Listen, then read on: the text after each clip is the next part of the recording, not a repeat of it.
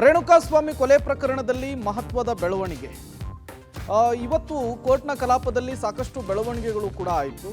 ಒಂದು ಕಡೆ 17 ಜನ ಆರೋಪಿಗಳ ವಿರುದ್ಧ ಚಾರ್ಜ್ ಫ್ರೇಮ್ ಆದರೆ ಮತ್ತೊಂದು ಕಡೆ ವಿಚಾರಣೆಯನ್ನು ನವೆಂಬರ್ 10ಕ್ಕೆ ಮುಂದೂಡಿಕೆ ಮಾಡಲಾಗಿದೆ.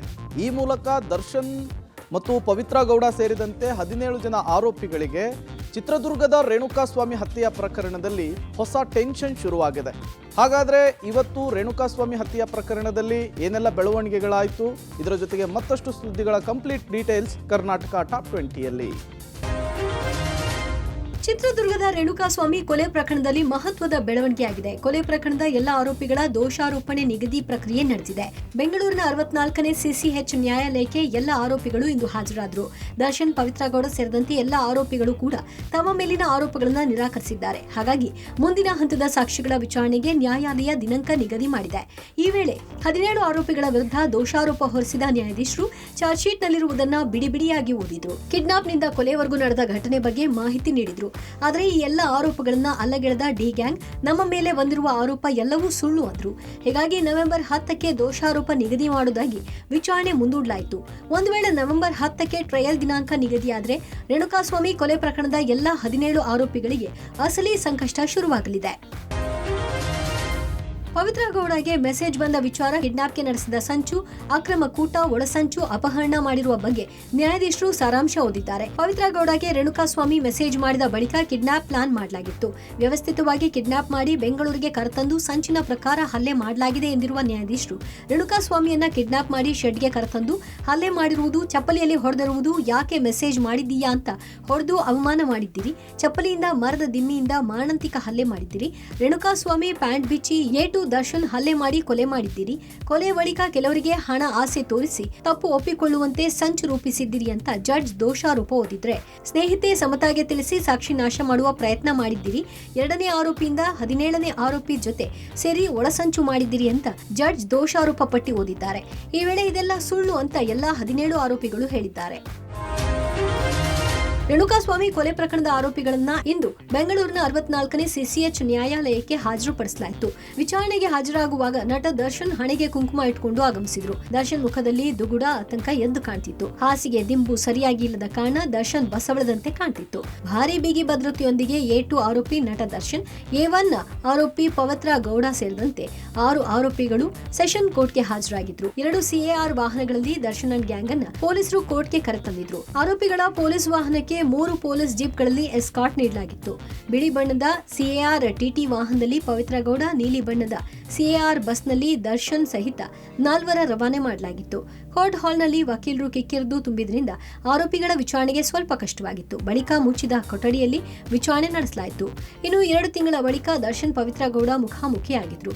ಕೋರ್ಟ್ ಹಾಲ್ನಲ್ಲಿ ಪವಿತ್ರ ಹಿಂದೆ ನಿಂತಿದ್ದ ದರ್ಶನ್ರನ್ನ ಪವಿತ್ರ ಗೌಡ ಮುಂದೆ ಬರುವಂತೆ ಕರೆದ್ರು. ಈ ವೇಳೆ ದರ್ಶನ್ ಕೂಡ ಪವಿತ್ರ ಮಾತನಂತೆ ಮುಂದೆ ಬಂದ್ರು. ಪವಿತ್ರ ಗೌಡ ದರ್ಶನ್ರನ್ನ ಮಾತನಾಡಿಸುವ ಪ್ರಯತ್ನ ಮಾಡಿದ್ರು. ಆದರೆ ದರ್ಶನ್ ಯಾವುದೇ ರಿಯಾಕ್ಷನ್ ಮಾಡಿಲ್ಲ ಎನ್ನಲಾಗಿದೆ.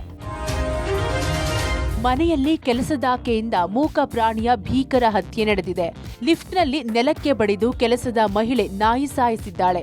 ನಾಯಿ ನೋಡಿಕೊಳ್ಳೋಕೆ ಕರೆತಂದ ಮಹಿಳೆಯಿಂದಾನೇ ನಾಯಿಯ ಹತ್ಯೆ ನಡೆದಿದೆ.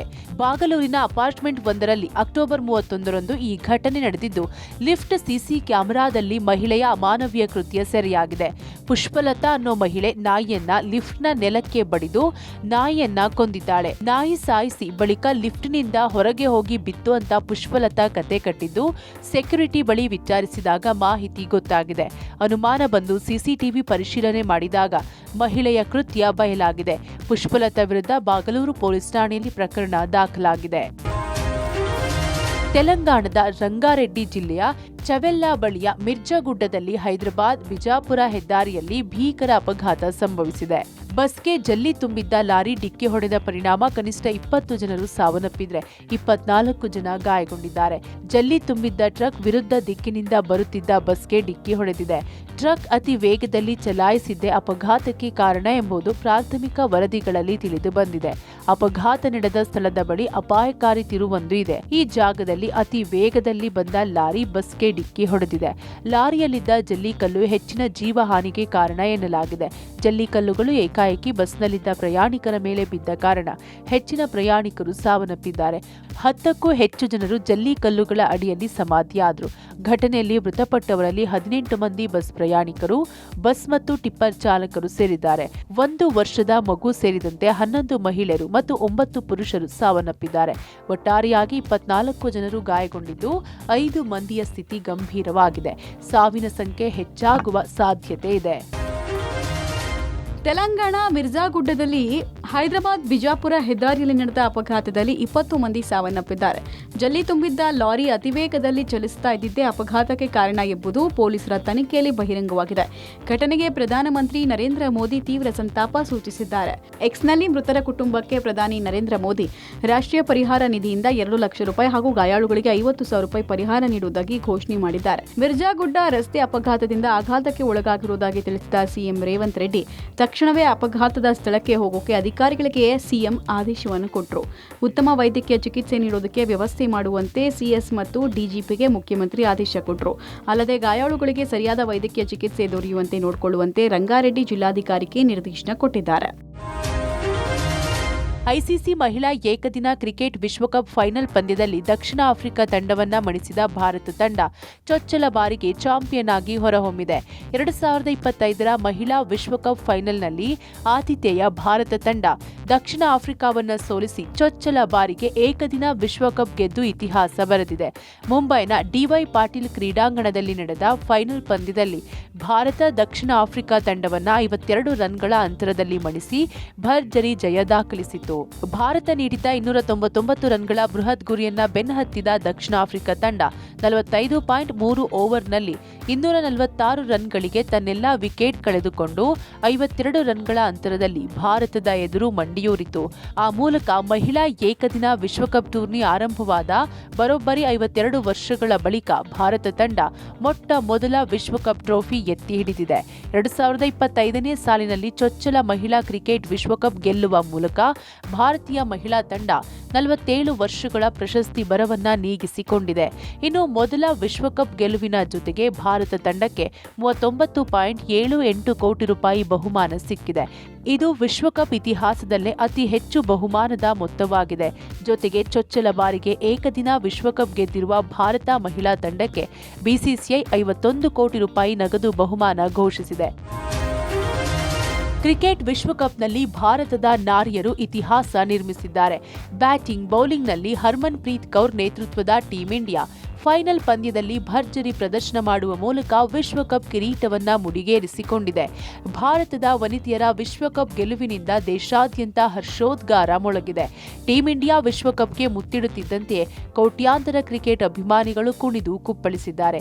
ಕ್ರಿಕೆಟ್ ಲೋಕದ ದಿಗ್ಗಜರು ಭಾರತ ವನಿತೆಯರ ತಂಡಕ್ಕೆ ಶುಭ ಹಾರೈಸುತ್ತಿದ್ದಾರೆ.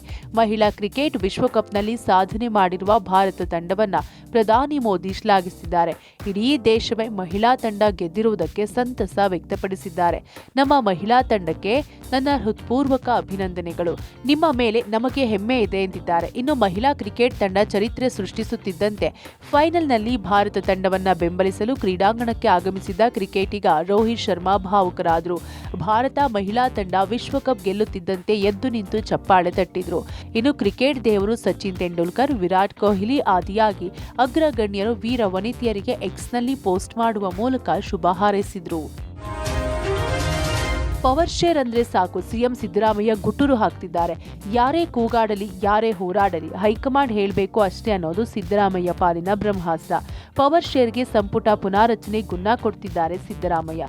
ಮೈಸೂರಲ್ಲಿ ಇವತ್ತು ಏರು ಧ್ವನಿಯಲ್ಲಿ ಮಾತನಾಡಿ ಹೈಕಮಾಂಡ್ ಅಂಗಳಕ್ಕೆ ಚೆಂಡು ಎಸೆದಿದ್ದಾರೆ. ಡಿಕೆಶಿ ಸಿಎಂ ಆಗಬೇಕು ಎಂದು ಕೆಲವರು ಕೂಗ್ತಿದ್ದಾರೆ ಎಂಬ ಪ್ರಶ್ನೆಗೆ ಸಿದ್ದರಾಮಯ್ಯ ಗುಡುಗಿದ್ದಾರೆ.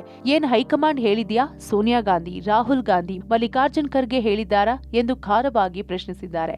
ಅಷ್ಟೇ ಅಲ್ಲ, ನವೆಂಬರ್ 15ರ ಬಳಿಕ ಹೈಕಮಾಂಡ್ ನಾಯಕರನ್ನ ಭೇಟಿ ಮಾಡ್ತೀನಿ, ಸಂಪುಟ ಪುನಾರಚನೆಗೆ ರಾಹುಲ್ ಗಾಂಧಿ ಅನುಮತಿ ಕೇಳ್ತೀನಿ ಅಂತ ಸಿದ್ದರಾಮಯ್ಯ ಸಂದೇಶ ರವಾನಿಸಿದ್ದಾರೆ.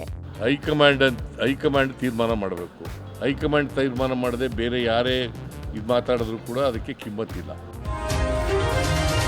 ನವೆಂಬರ್ 15ರ ಬಳಿಕ ಸಂಪುಟ ಪುನಾರಚನೆ ಕ್ಲೈಮ್ ಜೋರಾಗಲಿದೆ. 15ಕ್ಕೂ ಹೆಚ್ಚು ಸಚಿವರು ಔಟ್ ಆಗುವ ಲಿಸ್ಟ್ ರೆಡಿಯಾಗ್ತಿದೆ. ಸಿದ್ದರಾಮಯ್ಯ ಅವರಿಂದ ಕ್ಯಾಸ್ಟ್ ಕಾಂಬಿನೇಷನ್ ಸಂಪುಟ ಪುನಾರಚನೆ ಕ್ಲೈಮ್ ಮಾಡಿ ಹೊಸ ಆಟಕ್ಕೆ ಮುಂದಾಗಿದ್ದಾರೆ ಎನ್ನಲಾಗಿದೆ.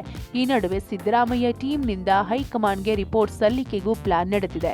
224 ಕ್ಷೇತ್ರಗಳಲ್ಲಿ 147 ಕ್ಷೇತ್ರಗಳ ಪಟ್ಟಿ ಸಿದ್ಧಪಡಿಸಿರುವ Siddaramaiah team OBC plus Muslim combination ನಿರ್ಣಾಯಕದ ಬಗ್ಗೆ ಸ್ಟಡಿ ರಿಪೋರ್ಟ್ ಇದೆಯಂತೆ. ನೀವು ಡಿಸೈಡ್ ಮಾಡೋದು ಮಾಡಿ, ನಮ್ಮ ವರದಿ ಒಮ್ಮೆ ನೋಡಿ ಅನ್ನೋದು ಟೀಮ್ ಸಿದ್ದು ವಾದ. ನಾವು ಯಾರಿಗೂ ಭೇಟಿ ಮಾಡ್ತೀವಿ ಬರ್ತೀವಪ್ಪ, ಅದೆಲ್ಲ ಹೇಳೋಕ್ಕಾಗ್ತದ?